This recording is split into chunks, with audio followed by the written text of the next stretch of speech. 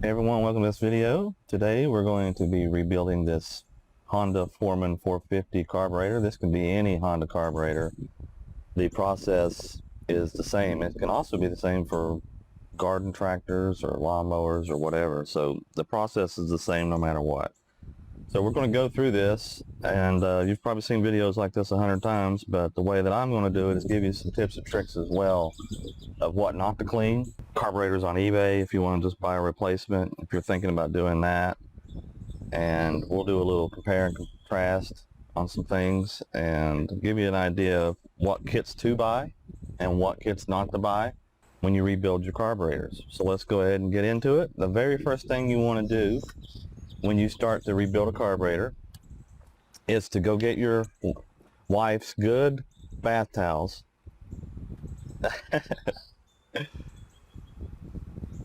And I'm doing this for the video because I don't want the parts to roll all over the place. So this has got this little rough texture to it, and things I lay on this table won't roll away as easy. This is not one of her good bath towels, in case you're wondering, but that's that. So that's the first step, to have you a nice clear surface. But let's go ahead and start taking this thing apart and get into it. So this is an actual Keihin Japan carburetor. Now if you go on eBay and you look up this carburetor for a Foreman 450 or any other Honda, you're going to find that you will find Honda replacement, OEM, or it'll actually even say this, Keihin, and you'll look at the carburetor and you'll see a Honda box on the eBay listing, and you'll think, oh, well, that's a Honda direct replacement. You know, this is a direct Honda replacement part for 40 bucks, 20 bucks, 60 bucks, whatever, 80 bucks. And if you look at the carburetor, it'll be a nice, shiny, brand new aluminum, which is your first sign, really, because most of these OEM carburetors have this dull aluminum look to it. But one thing you'll notice in particular, it'll have a K and an H and a weird looking emblem in the middle. And that's supposed to fool you into thinking that is a Keihin carburetor. But actually it's a Chinese carburetor.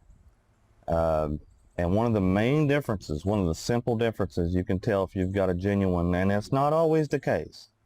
It's not always the case, but if you suspect you've got a real one, number one, it'll have this Japan on it. It'll usually have a VE on it and a number down here for what model carburetor that this is.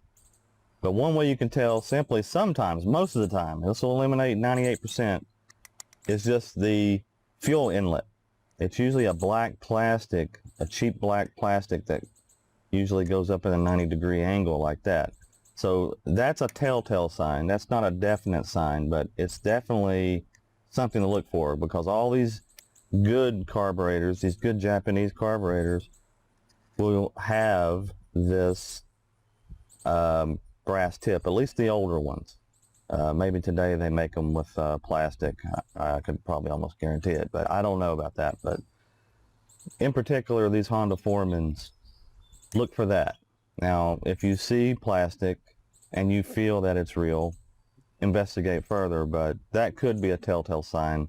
If it's advertised as an original, it will have it actually spelled out. I've not seen one that doesn't have the Keihin. They usually have a K and an H on the cheap knockoffs. And it doesn't matter if the listing says it's an original or not. They usually look something like this. So do a quick Google search, get familiar with how these look, and go from there. So let's move on.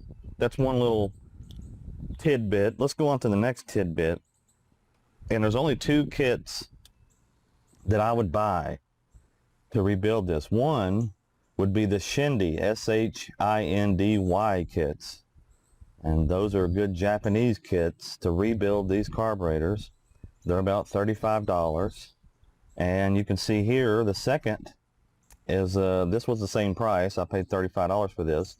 Model number 1003, or item number 0570. And this is by Moose. It is a made in China, but these are supposed to be good rebuild kits for these carburetors. And this goes for any Honda, at least the older ones. I'm not very familiar with the new ones, but the older ones, good direct replacements would be the Moose and the Shindy. I'm sure there's other ones that people are familiar with, and you can leave those in the comments below, but these two in particular are readily available on eBay and elsewhere online, so you can pick it up there. So we're going to be using the Moose Racing, and this is the item number for a 2004 Honda 450, Foreman 450. You can see it has what it supports here and what years. So an 02 to 04 FE, so that's what we have. This has got the electric shift, so that's what we'll be doing. Let's go on to another thing that you need to keep in mind whenever you're rebuilding your carburetor, and I'll probably reiterate this as we move forward. Never get carburetor cleaner on your gaskets. Don't get them on these seals, okay, these rubber O-rings. Never get that on there because it will cause them to shrink. And especially on your needles. We'll show that when we take it out, but your needles usually sometimes have a rubber tip on them, and what you'll do is you'll go in there and spray your seat in your carburetor, and you'll throw it back in, and that carburetor cleaner will still have some residue inside the carb and will touch this rubber, cause it to shrink slightly, and now you'll have a leak. You'll have a carb leak. Ask me how I know. So let's go ahead, take our screws out of the bowl. It should just be 4 screws.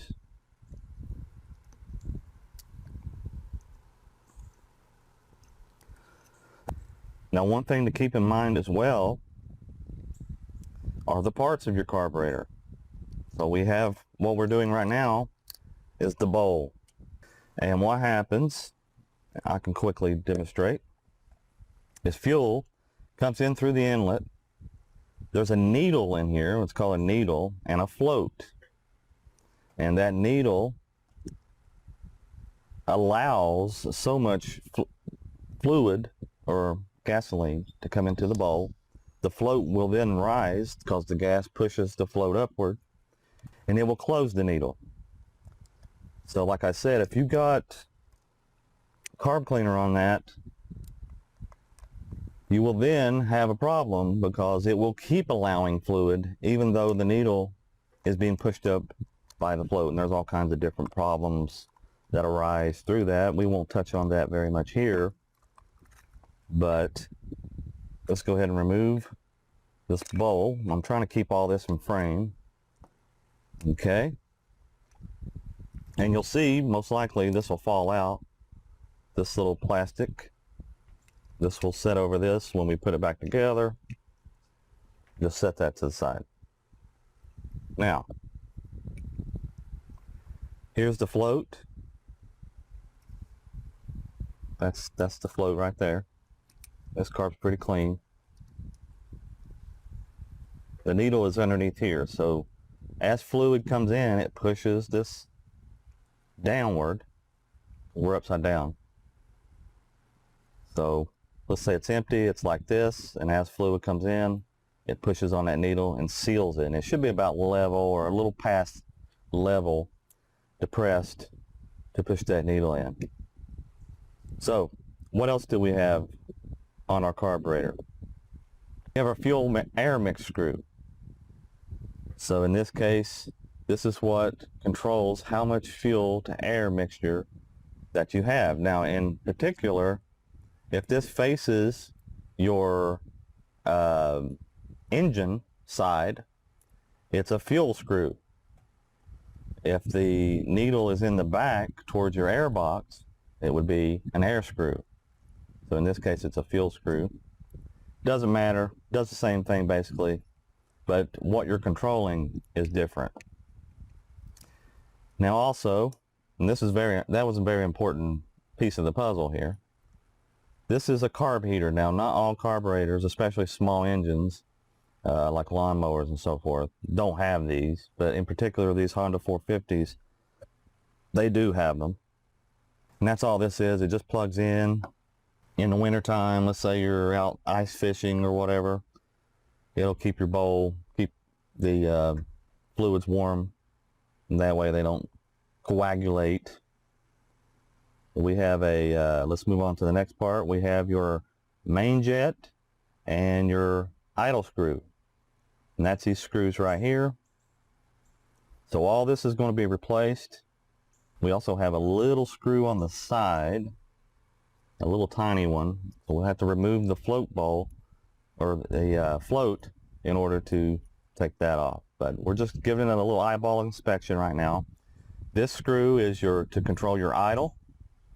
So if your four-wheeler is idling a little low, you want to turn it and then it'll idle upward, and then loosen it will bring the idle back down.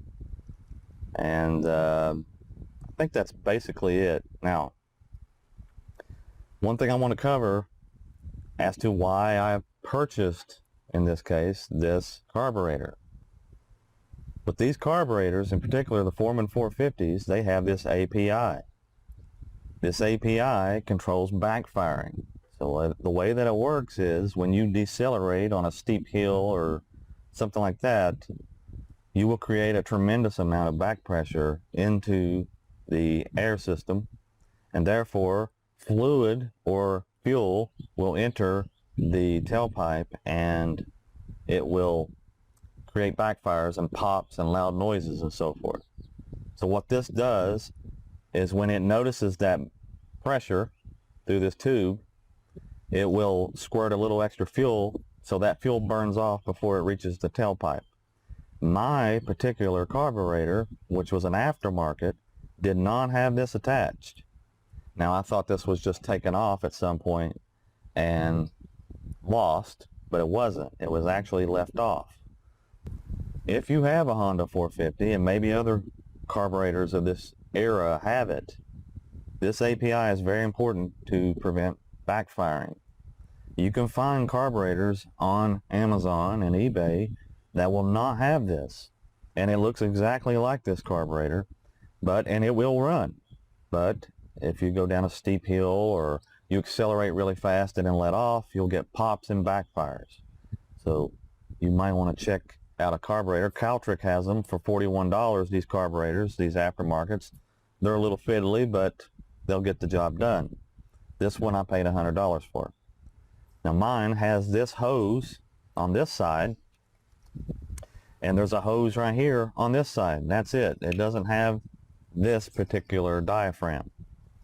So that's something to keep in mind if you're trying to chase down and you've done your valves and you've put a new spark plug in and all these things, and you can't get it to stop backfiring. And another way you would do that's with the fuel air mix. Too much fuel, you're going to get the backfiring and so forth, or lean mixture, is to make sure that your carburetor has this. So in particular, I would say at least 2002 to 2004 has these, but check and find your model number if you're having this problem, and then look this model up and see if yours has this.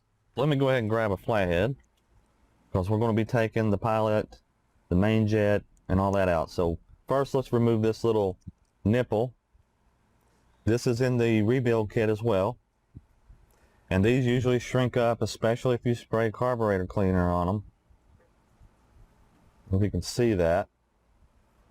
We'll set that to the side, and I like to take the old parts and put them, as I replace them, in the new packaging.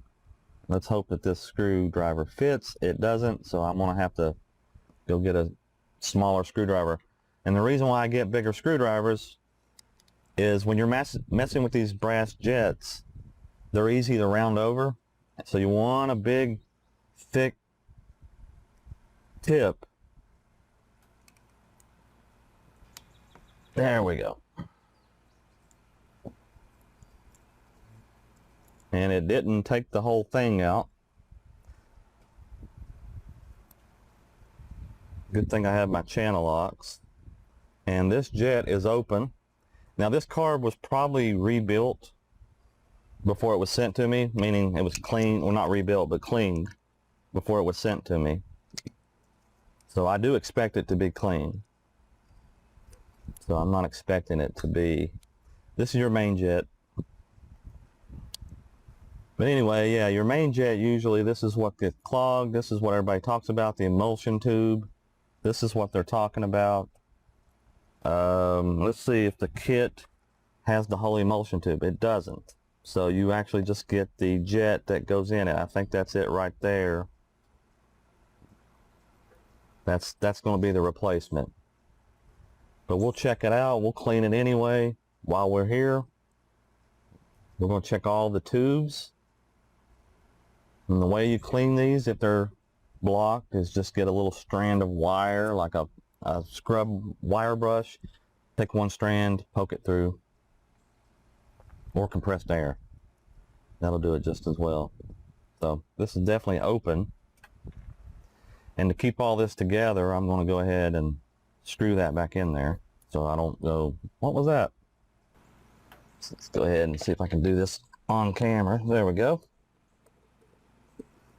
Usually you want this towards you so you can apply proper torque by pushing down. This might come out of there. Let's see. There it goes. Let's just take a look. I don't expect anything to be clogged. Okay, and that's your pilot jet, so this could be a lot of your problem too if you're having problems at low speeds or idle. Factory spec on these fuel air screws need to be turned out a certain amount in order to work as a baseline. And the baseline for these is 2 5/8 turns. So you could say 2.5. But let's just see. This is what you want to do, is screw it in. And when you screw it, we're not cranking it down. We're actually screwing it lightly. And we want to screw it until we can feel it seat. And it won't screw anymore. So just watch. We're going to do half, 1, half, 2,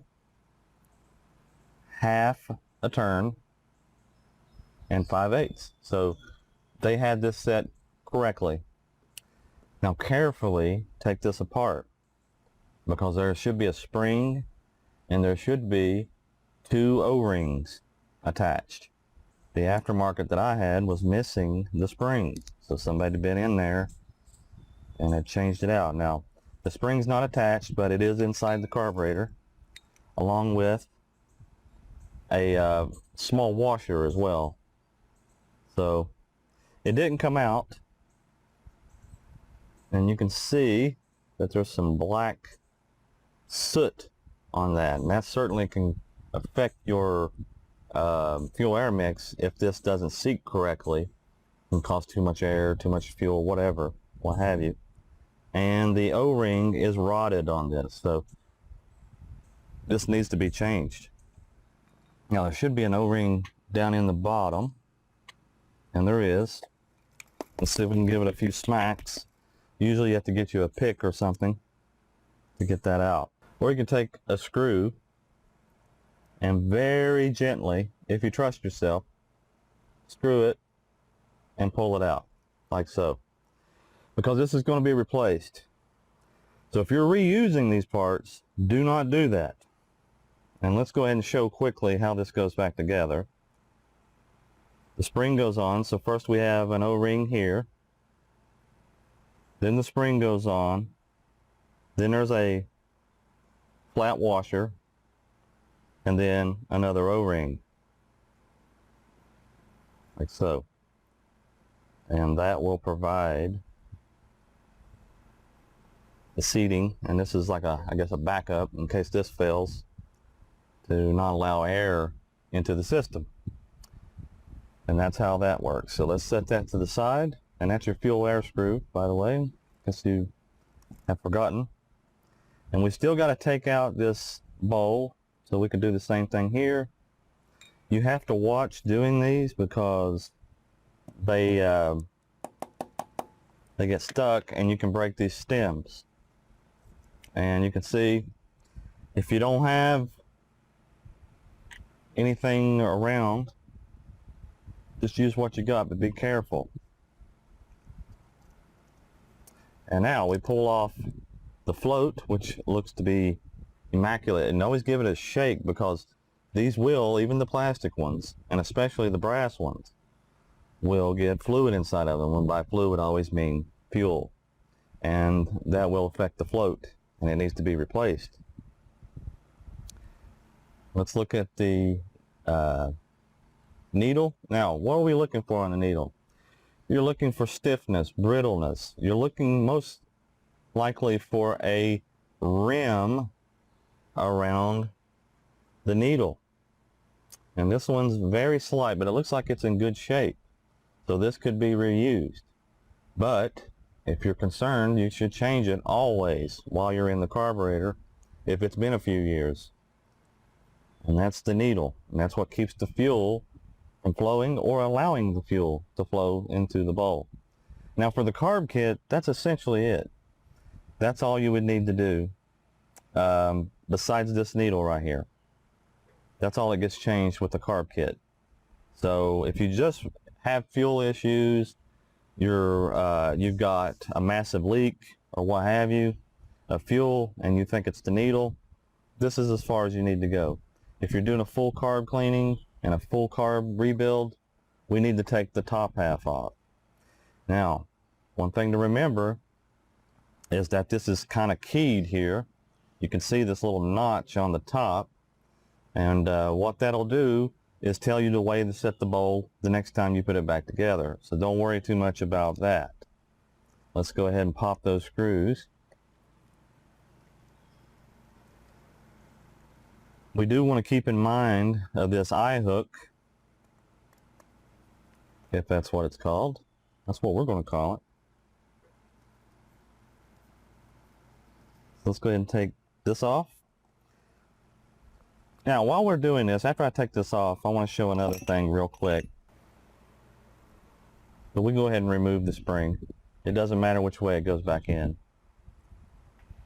Let's show some aftermarket parts for these. So, in particular, we want to show the priming bulb, which we will be taking off. So in particular, the priming bulb, this is a cheap aftermarket from eBay. Now I bought this just to demonstrate the difference in quality.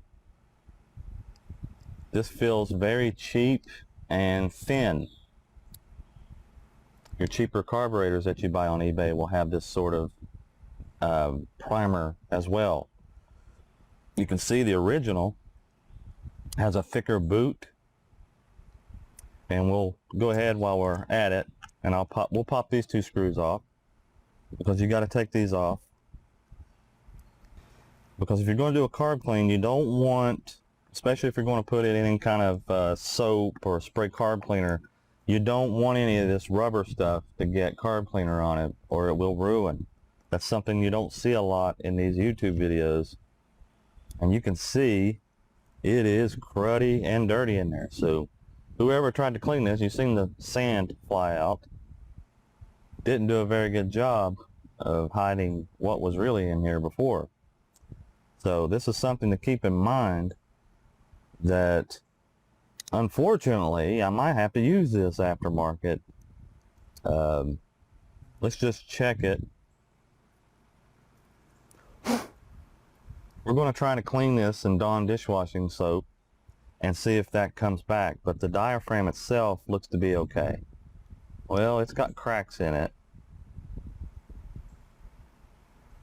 so you can see with the cracks, and it's pretty stiff. You got to think it's been sitting in fuel for 20 years. So we'll probably stick this aftermarket on it, but unfortunately I couldn't find one that was OEM. And you got to remember, even OEM parts get old. So how old is that OEM part? You know, the plastic could have became brittle there as well. Not saying these are better, but that's something to keep in mind. I wasn't planning on using this. I was planning to show it as a demonstration, but we may very well be using this as a replacement today. But if there's a spring in there, it just gives it some tension to push this back out, the plunger. So always take your stuff apart, because the rest of the car might look clean, and then you find little hidden secrets like so. And I'm going to keep those screws with that. And another thing, while we're in the bowl, you can see in the bottom of the bowl there is some probably ethanol that's stuck to the bottom of the bowl. Not a big deal, but you want to try to get that out. We'll try to get it off this overflow tube. That's what this is. So if your needle does allow in too much fuel, let's say that your needle, you remember we're talking about the needle, if you did get carb cleaner on it, or it's really old and it shrinks just a little bit, it will allow excess fuel to continue, even when you shut off the ATV, to allow fuel into the bowl. And what this does is the fuel will go down into this overflow tube and out of the bottom. Now there's supposed to be a hose hooked to this with a check valve, but that did not come with this. It won't affect it in any way, but you could be releasing fuel into your garage or on the ground. Now, as well, we want to take out this bowl gasket. So let me go ahead and grab a knife, because I don't feel comfortable poking and prodding with a screw.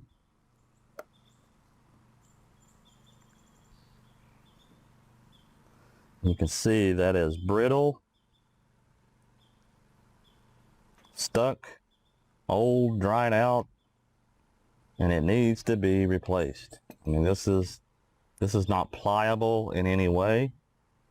It's this is a classic symptom of a bowl leak. So you put your bowl back on, and now you'll get, well, what in the world? It didn't leak before I took it off. Well, that's what happens.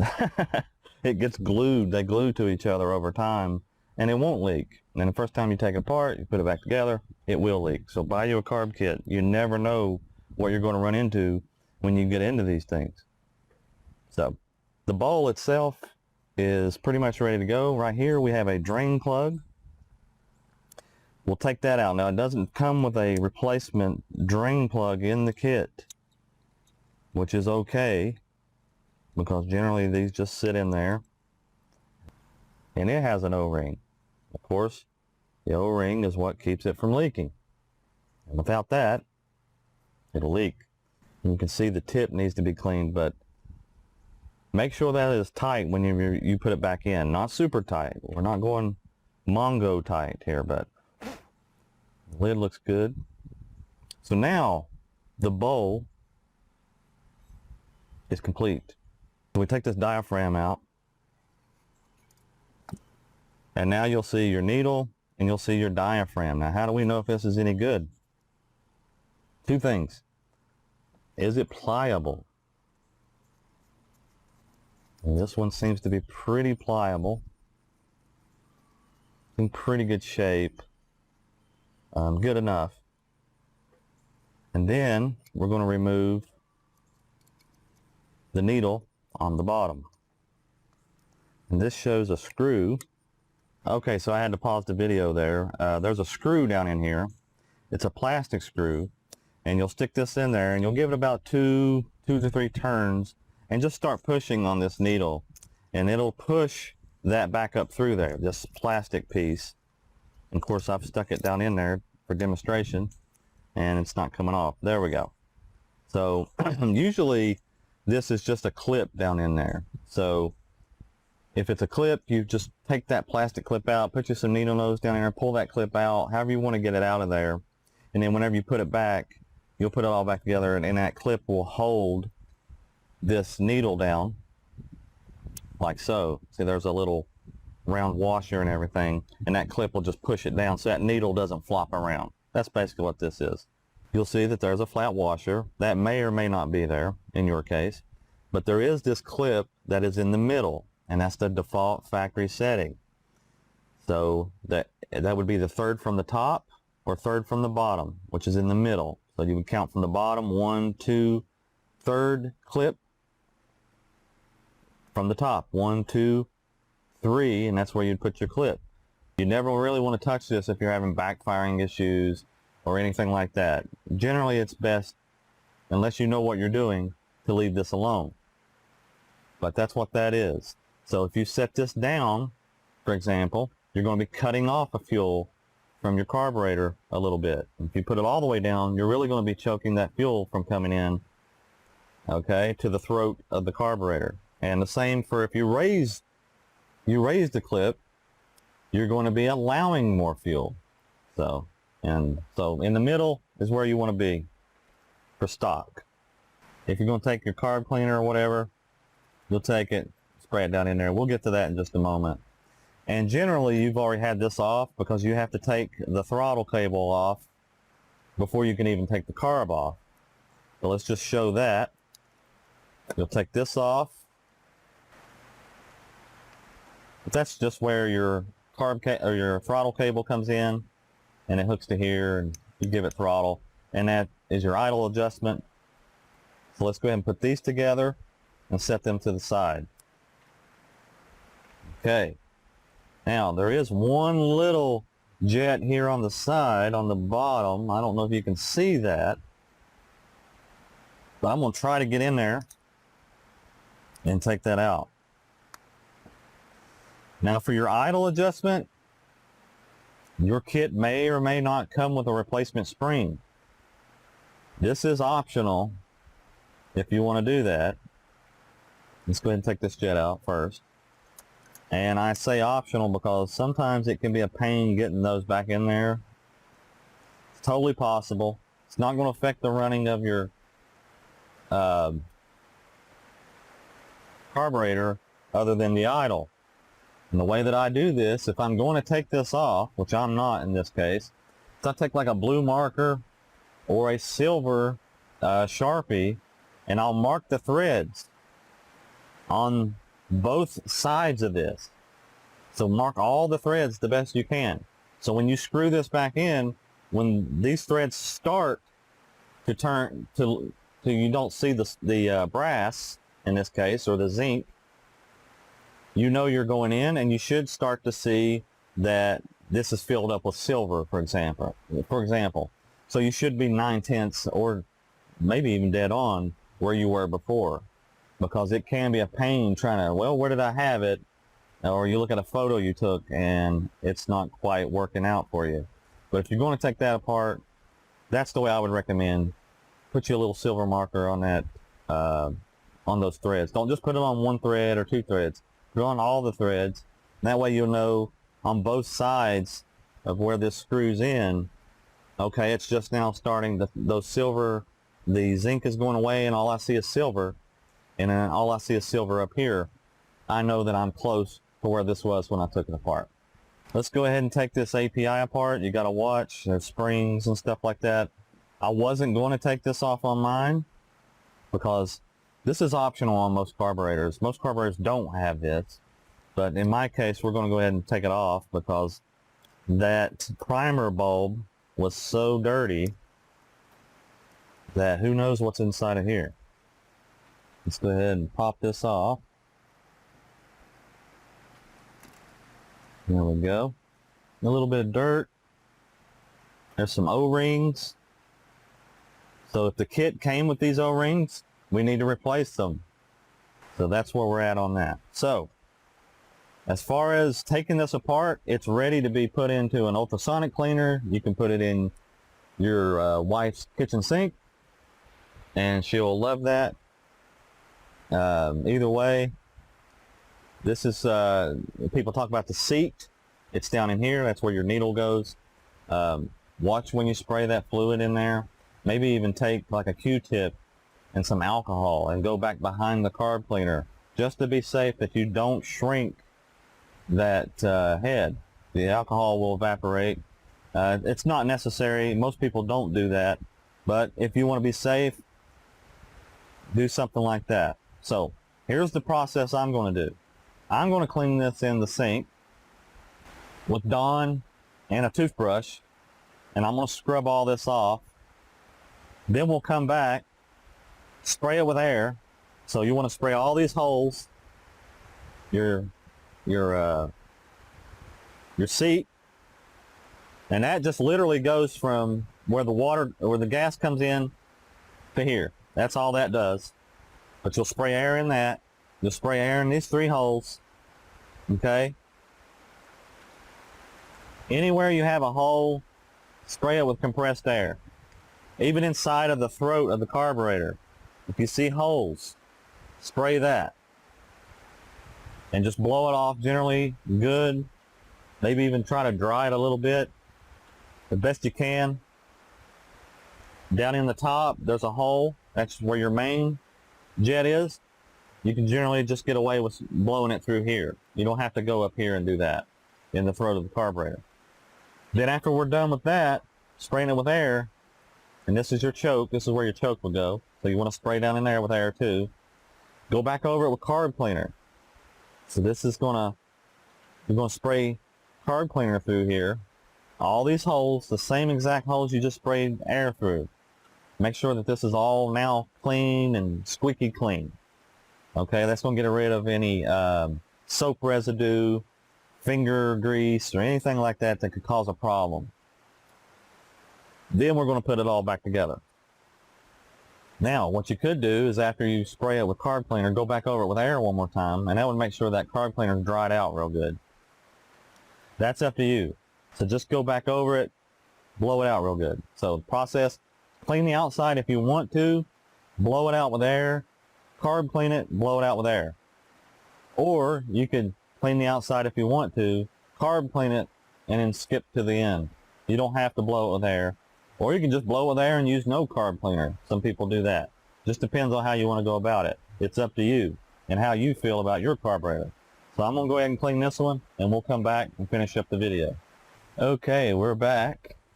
And it didn't take very long, maybe 10 minutes, to do a quick wash on the carburetor itself. When I say quick, we just put it in some Dawn dishwashing liquid, scrubbed it with a toothbrush, and you can see we didn't get every little nook and cranny, but we just want to make it to where we can touch it and not get stuff all over our new gaskets and jets and so forth. So the rest of the carb has been cleaned.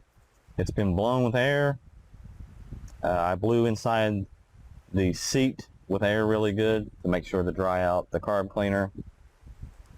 So what I did was I bathed it in Dawn, scrubbed it a little bit, took it out, dried it off the best I could, took it, blew compressed air all through all these holes, even the ones in the bottom, the ones that we could reach in the throat of the carburetor. Blew it off really good, made sure we try to dry it as best we could, and that was that. So this, unfortunately, I'm going to have to replace. The diaphragm is just ruined. It probably won't create a proper seal to keep fuel from leaking through that, so we're not going to fool with that. I did not clean this. It probably wouldn't hurt to put it in Dawn, but I wouldn't if there's nothing wrong with it. And of course, I didn't clean this. There was no need. This is nothing other than to hold the needle down in the throat of the carburetor. The bowl, we blew down in here. We cleaned down in here. We just put some carb cleaner down in there. Got the best we could. You don't have to scrape every little piece out. If there's a little bit dried up stuff down here in the bottom, it's fine. That's just residue. That's just where it sat in the carb. We blew in here. We blew in here. We cleaned this out with the toothbrush. Okay. Because it had all kinds of probably ethanol deposits. We scrubbed that out, blew it with carb cleaner, blew it with air. So everything's dry and ready to go.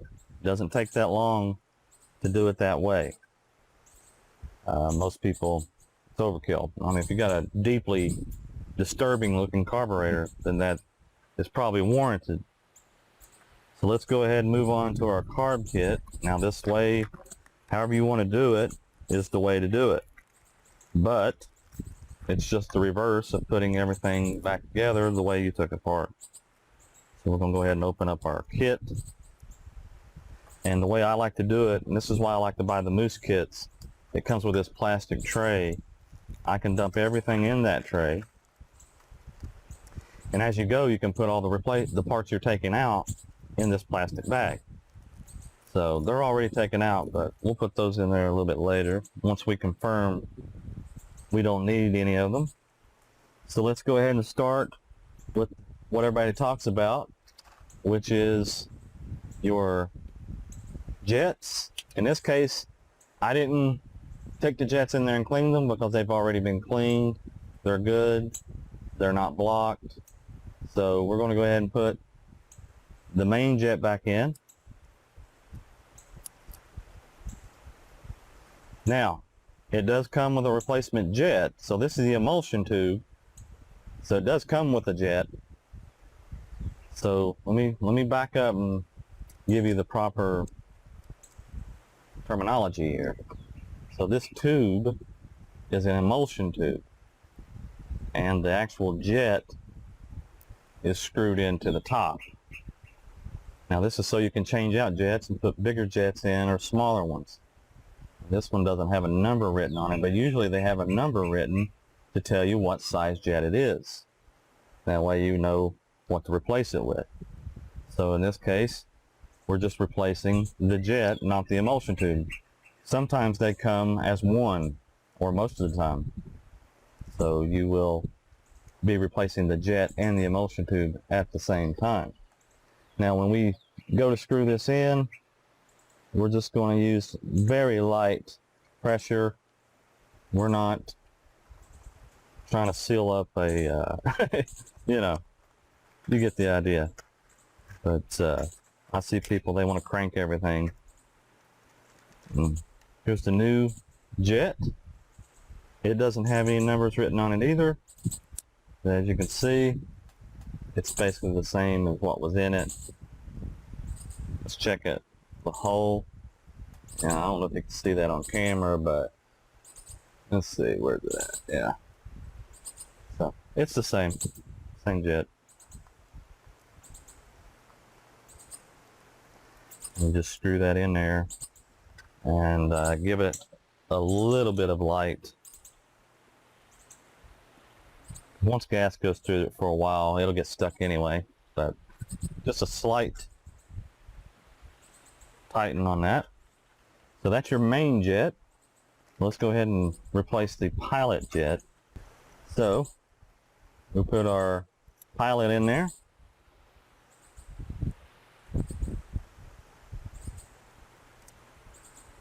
And you want to tighten it until it just seats. I don't know if you can see it, but I'm just turning. There it is. It's in there. It's in there. There we go. Now it's resisting. So don't give it any more than that. Okay, so there should be a little black nipple in here. And this is important, by the way. These do shrink over time, especially when people spray carb cleaner on them. And it just goes in that hole. And you just push it in there best you can. The old ones, like this one, they shrink and they fall out. They can fall into the carb.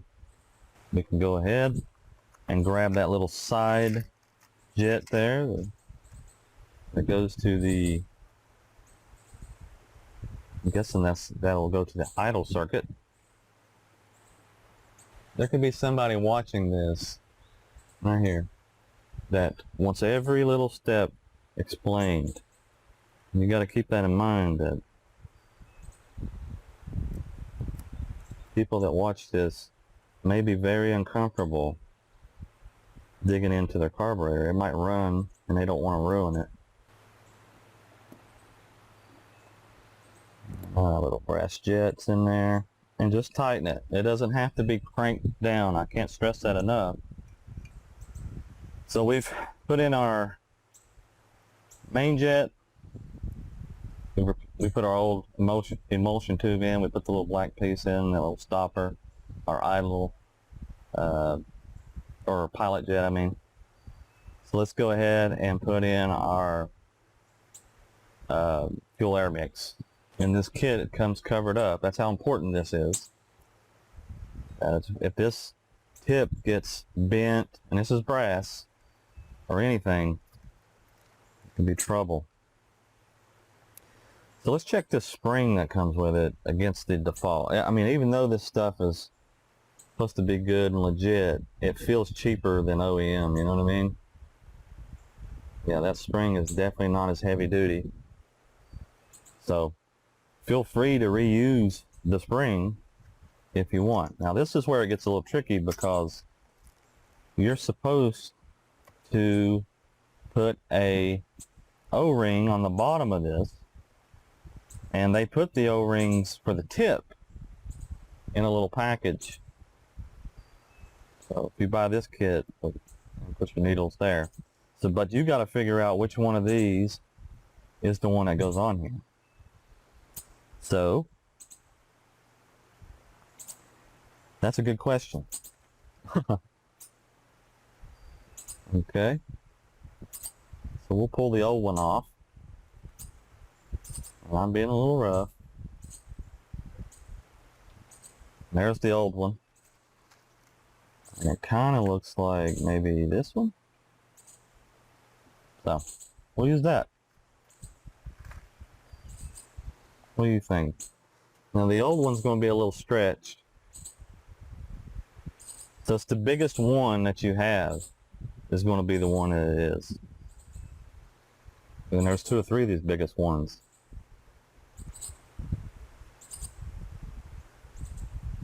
There he is. Now we're going to slip the spring on, like so. Okay. We're going to put this on, a little flat washer. And then we're going to put on this little O-ring. And that's what will go inside. That's what will go inside of the airspeed. And its O-ring was cracked and dry rotted. So let's go ahead and put that back in. Now if you remember the turns on this, it was 2 5/8 turns. So what we do is we turn it all the way in once again, just loosely, until it seats all the way. We don't want to crank. By now we know what crank means. We don't want to, we're not. Okay, right there. As far as it wants to go. Now we're going to back this off 2 5/8 turns. There we go. Half of a turn, 1 turn, half of a turn, 2 turns, half of a turn, and 5/8. And that's 2 5/8. That should be factory. And of course, if it's not to your liking, once you start a 4-wheeler, you can always adjust it yourself. Slightly. No more than a turn in or out. Any more than that, then that's not your problem. Let's go ahead and put the float bowl back in. And for this, we will need our new needle. This table is just, I'm outgrowing it. So what we do to put the needle on, we just slide it on there. It just hangs there. So be sure not to drop that. And then we put it right there. Okay, I hope you can see that. This is a delicate situation for me. And now we put in our little slide here to hold everything. Slipping out accidentally. Trying to line those holes up and be on camera at the same time. There it goes. Now, let's go ahead and gently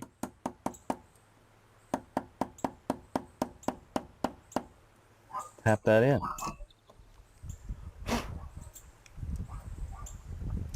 And you want to check your float real quick to make sure it's at least level. And it's level, maybe a little down, which is good. And make sure it moves properly. The needle does move up and down. You can see it. I hope you can see that. It's moving up and down. And that's it. As far as the bowl portion of this cleaning, we are complete. Well, that's not the bowl, but this is the bowl. It is the bowl, but it's not the bowl. It's part of the bowl. So let's go ahead and take the new gasket. We can grab the old one real quick. You can see it's a lot thicker.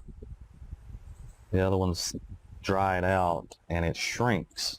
And that's why you don't get a good seal on these whenever you put them back together. Put that in there. The biggest problem with these is getting them to stay. There you go. Stays on there. We're ready to put the bowl onto the bottom of the carburetor. I know I'm going to get a bunch of comments saying, it's not the bowl. This is the bowl. I get it. Whatever you want to call it. As long as you put it back together correctly. Okay. So before I do that, let me wipe on this a little bit. Make sure that this is a good mating surface. Okay, one last thing. You got to put this plastic piece in there. This is very common to forget.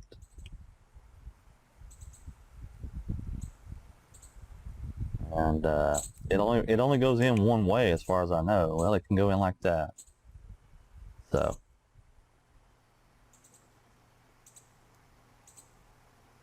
make sure you put that plastic piece in. It goes like that right there. Can you see it?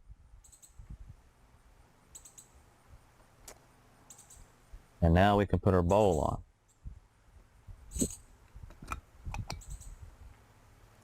And I'm going to reuse the screws because they're zinc. And these things, you know, these gold looking, brass looking screws, they don't rust. I'm sure somebody's going to comment eventually and say, yeah, this is why they don't rust. And let's go ahead and put our aftermarket, which I'm not crazy about. I think I'm going to go back on eBay and buy an OEM primer bulb. Now what's the primer, in case you're wondering while I'm doing this? The primer, of course it primes, but when do you use it? You use it in extremely cold temperatures. So let's say below freezing, or let's say 0 degrees, and your four-wheeler hasn't started in a long time, then you would go ahead and prime it, give it two quick pushes, and that should do it.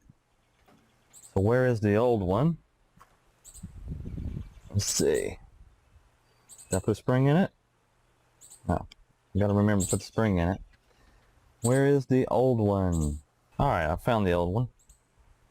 Now you make sure you put your spring in, and now we're going to apply tension to this. I'm going to use the old screws. Yeah. I mean, these will work, but for how long? So, that's the question. And they're cheap for a reason, because you're going to be reusing them. You're going to be using, you're going to be buying another one. This was a 2-pack for $12. So, probably a year or two. If you never use the primer, it'll probably be fine. It'll just freeze in place, and you won't have any issues. We can give that a little crank since it's cheap. There we go. Oh yeah, quality. All right, so we now have, let's make sure we have everything on the bottom. Now we've got to put our bowl drain screw back in. Now it takes a washer, or a O-ring. I'm trying to take this off. See, I end up doing it off camera, and it's hard to do it on camera because I have to lean. All right, so I used that old needle. I know everybody's screaming at the screen, but I used the old needle to get that old dry rotted thing off there. And let's try to find one that's roughly the same size. And I would say that is. It's another one of those that was like we saw earlier for the fuel air mix screw. And we'll just roll it on there. Make sure that it's not flapping or anything like that. Okay, so let's put it back in. Now this, you want to kind of not crank it, but make sure it's really snug when you put it in there. There we go. You'll feel it hit the bottom like it is now, and then give it one little like that, and that should seat that O-ring pretty tightly. And that's complete. So the only thing left is to put our diaphragm in the top, and we've got to reassemble this needle. So let's look inside of here. Okay, now that we got our clip, let's go ahead and we put it, if you remember, let's get rid of this O-ring. We put it the third from the top, or the third from the bottom, so that would be the middle. So we're going to go 1, 2, 3, and that is hard to see. And you can just push it with your fingers, and that should hold it. There you go. Let me count it. Yeah, that's 3. All right. And you should feel a little click when you put it on there. It shouldn't be loose, and it shouldn't come off easily. Okay, when you do this. All right. So let's go ahead and we drop it down the hole. There's a hole down in the bottom. I'm trying to do this and show how to do this at the same time. So that's that. And now we take this plastic clip with a spring, make sure that spring's still there. And then we're going to kind of, I don't like these with the screw in it like that. I like the clips. They are so tough. I have to put my washer back on to get down in there evenly. And you fix it. There he goes, he's down in there.